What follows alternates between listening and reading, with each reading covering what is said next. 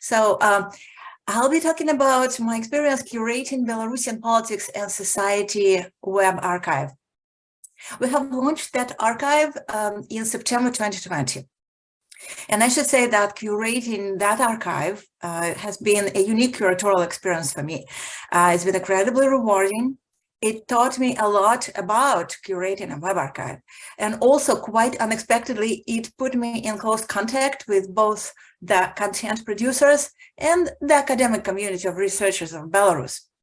Over the course of the past 2 years, I had a chance to speak about the archive at a number of academic events. Here I'm showing a list of these events. To highlight one of them, I have attached the flyer on the right. It's for a very interesting symposium, a collaboration between the University of Michigan and UCLA's slavist and curator, Dr. Sasha Razor, in connection with the launch of her online exhibition, The Code of Presence, Belarusian Protest Embroideries and Textile Patterns. At that symposium, I participated in the Librarian Roundtable, Saving the Future, Archiving Digital Content. Plus, at the very bottom there, very recently, Aristide Lavey, a researcher in Belarusian protest art, has published an article, Archiving the Digital Semisphere, a study in Belarus. And in that article, he mentions our archive and he quotes some of my presentations. And I must say that whether it's by participating on the same academic panels or through individual meetings, these connections with researchers have been extremely useful for me as a curator and sometimes even eye-opening. Well, first of all, I got a completely solid proof of the importance of our work. I have heard that time and time again. On top of that, I received some feedback about technical aspects of web archives, and I got to hear about some particular areas of interest. For example, there's a great interest in archiving media files, especially of various forms of cultural protest when it comes to Belarusian protest. For example, protest art and protest songs in particular, plus eyewitness videos of the events. In addition to that, there is one more way in which I interact with researchers. I maintain a Zotero library, which serves as a sort of warehouse for links, which I later select and submit to Miranda as their archive seeds. I made that library public, but people who would like to contribute can apply for membership and join it too. What makes this library attractive, I think, is its sheer volume. There are currently 807 links. So it's twice as large as the officially published archive, and you can search it by tags.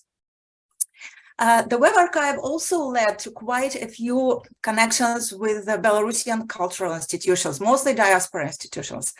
Belarusian cultural organizations consider the fact of being included into our archive a true honor.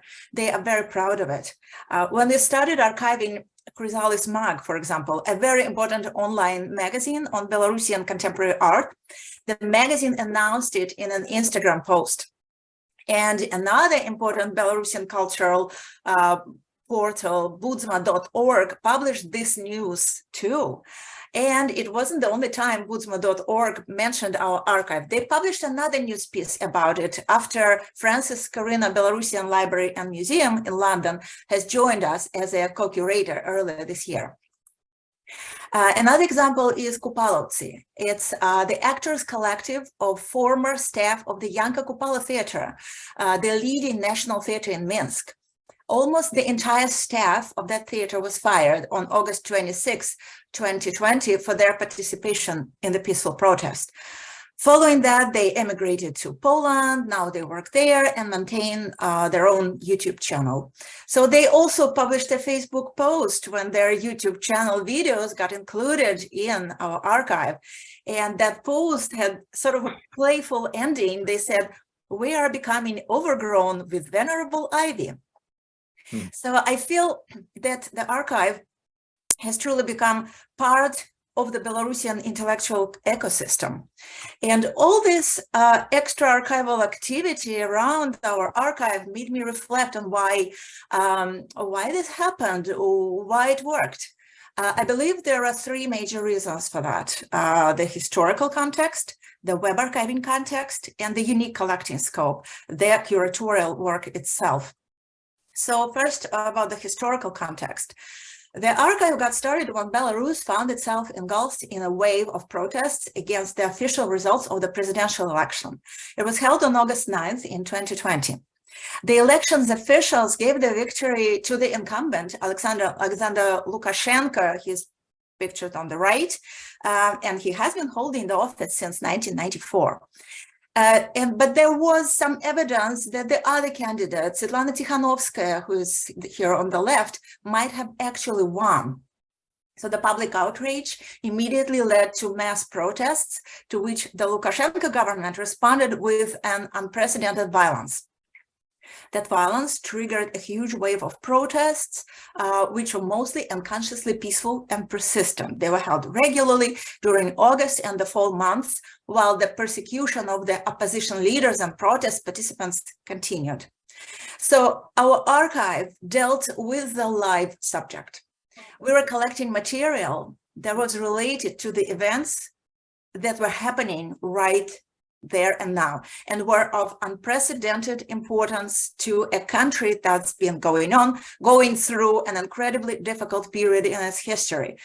And the events affected in one way or another virtually everyone in the country. But Belarusian history didn't stop there, and neither did we. The situation in Belarus in the past 2 years has been extremely unstable. And now Belarus once again finds itself on the front pages of the world news. In addition to the internal confrontation between the society and its political regime, Belarusian society now has been experiencing a confrontation that is external, as Belarus is still part of the post-colonial system in which it is closely linked with Russia.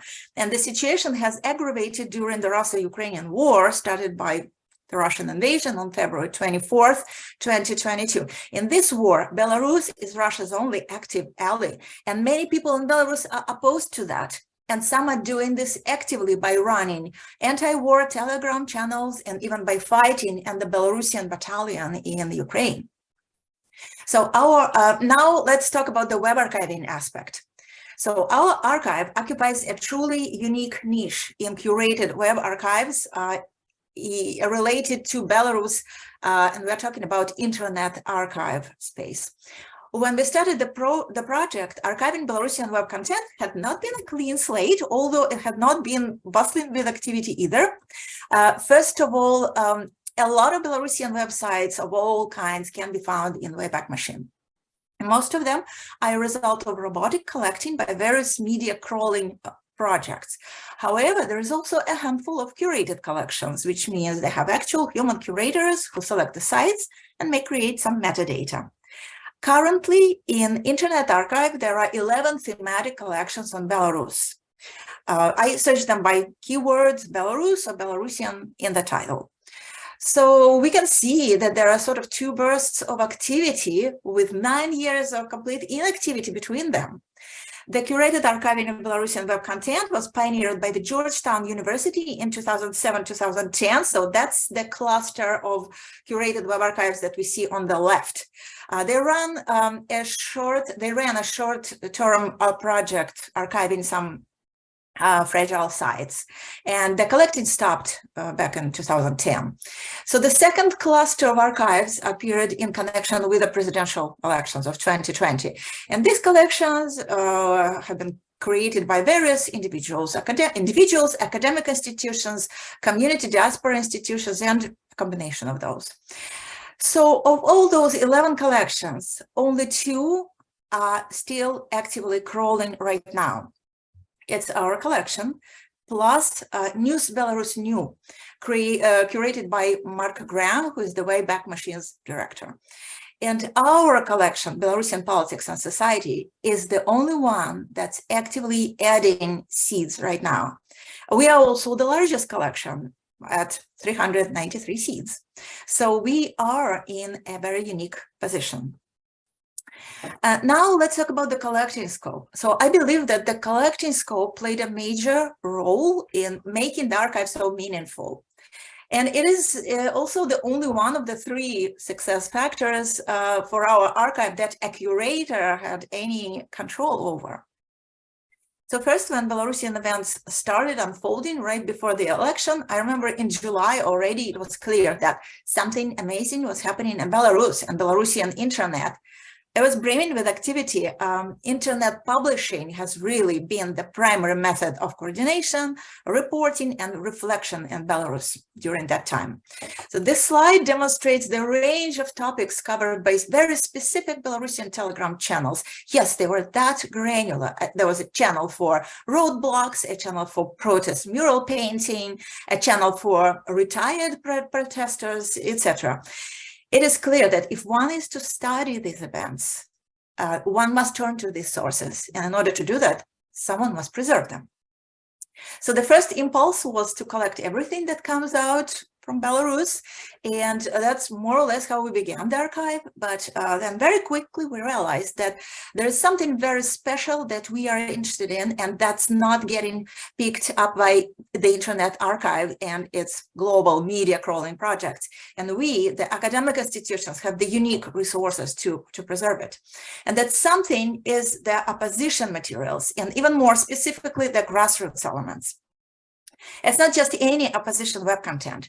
If we look at the whole opposition web content, we see that it splits into 2 major segments. So there are various once official media, official opposition parties and politician sites, and these are very well web archived by the global web archiving projects, while these sites were still functioning, of course, because now they've all been shut down. And on the other hand, there is citizens' activity, the grassroots content. And it's at the heart of the Belarusian protest. And it is the most fragile segment of that content that's very freely available, but at risk web content as defined by the Ivy Plus web collecting program. And that is exactly what we decided to focus on. On this slide, you just see some examples of the Internet Archive's global collections that have collected the major Belarusian opposition websites. And here you can see how many of them there are, those web archiving projects. You can also see how the crawling kind of sort of cuts off in the middle of 2021 because the site has been shut down. But the grassroots activity goes on. In the 2 years of the archive's existence, these collecting principles and the archive structure have remained stable, but some other aspects of it have undergone changes. The archive has evolved in content, in formats, in curatorship. So in terms of content, so we started the collection in order to document the election protests, of course, but the war in Ukraine triggered a completely new online grassroots activity. And of course, our web archive is reflecting that. So in 2020, all the activity was mostly in the field of various kinds of citizen activism, political, social, legal, local news media, social media, personal blogs, samizdat publishing, and all sorts of creative response, such as song, poetry, theater, art, satire. But now we see it's mostly anti-war activism, volunteering, underground resistance, and again, samizdat. I was very happy to learn that Council for Slavonic and East European Library and Information Services in Great Britain has put our archive, Belarusian archive, on the list of resources that they titled Libraries Helping Ukraine, because it is very important to me that this aspect of our archive content gets recognized. In 2020, now in terms of formats, in 2020, the formats of our archive varied greatly, from Telegram channels to YouTube videos, blog posts, petitions, open letters, databases, online forums, of course, websites. Now we see mostly Telegram channels plus some websites created outside of Belarus. For the curatorship, we began the Belarusian collection with colleagues from Stanford University and the University of Chicago. But this winter, we have forged a new collaboration with the Francis Scarina Belarusian Library and Museum in London. And I think the results of that work are remarkable. Of course, we all know that web archiving thrives in a collaborative environment, but I believe that the perspective and the expertise that a diaspora institution brings to a country-centric archive like that one is priceless. Our collective strategy to focus on the rare grassroots materials, I think, has paid off. With Miranda's help, we recently obtained an Internet Archive report on our collection. And according to that report, 96% of the URL seeds in our collection are actually unique to our collection. There are 22 seeds that appear in multiple archived collections, and these are very predictably the ones for the major opposition sites rather than grassroots ones. Also in September, I conducted a bulk URL check for the seeds and learned that 12% of our URLs are actually dead. There is no site when you click on the URL. However, of course, that is only a formal check. The actual content loss in case of Belarusian internet is a lot wider. Sites get taken over by the government or voluntarily lose their political agenda. Site owners hide their protest-related pages and so on and so forth.